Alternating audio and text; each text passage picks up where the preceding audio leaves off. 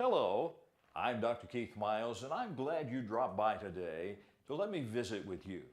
Today, I want to address this subject: hatred and resentment. Oh my, those are two factors in life that none of us need to have, and yet they're easy to get.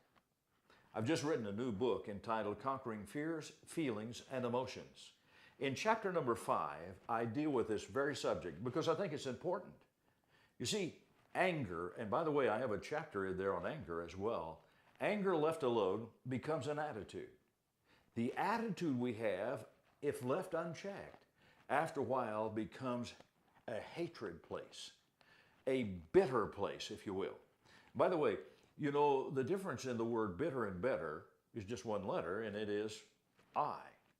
And so where hatred begins to brood, where it begins to grow, you absolutely detest somebody else, but it's not just you don't like them. You've come to a place in your life, it's a get even place. I'd just like to see the person dead. I'd like to see them disabled. It's a terrible place to be. But listen carefully. Because you have hatred, as you think about the person or the situation or whatever it is, you begin to resent them. Now, it gets to a place where I have decided I'm going to get even, perhaps.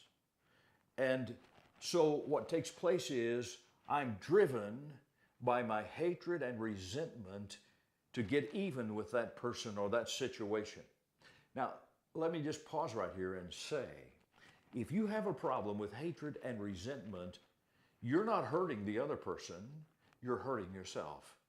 You see, they don't even know anything about it, perhaps. But you spend all the time brooding inside. Like a volcano, you have all kinds of feelings and emotions that have arisen because you have this anger that's out of control, and you've learned how to resent that other person because you've learned how to hate them. And if you've met anybody like that, they don't even like themselves. Everything around them is wrong. And so today, if you find yourself hinging on getting even with somebody, hinging on hating somebody, hinging on resentfulness, stop it. In my book, there's a chapter just designed for you, chapter number 5.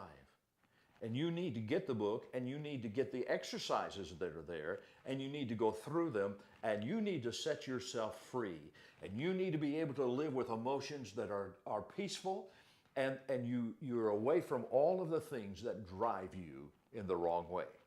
So my prayer is that you will do just that. And you will find the peace that God gives, but you'll also find it through all the exercises that are in this book, and you'll find yourself to be a different person, a person you admire and like.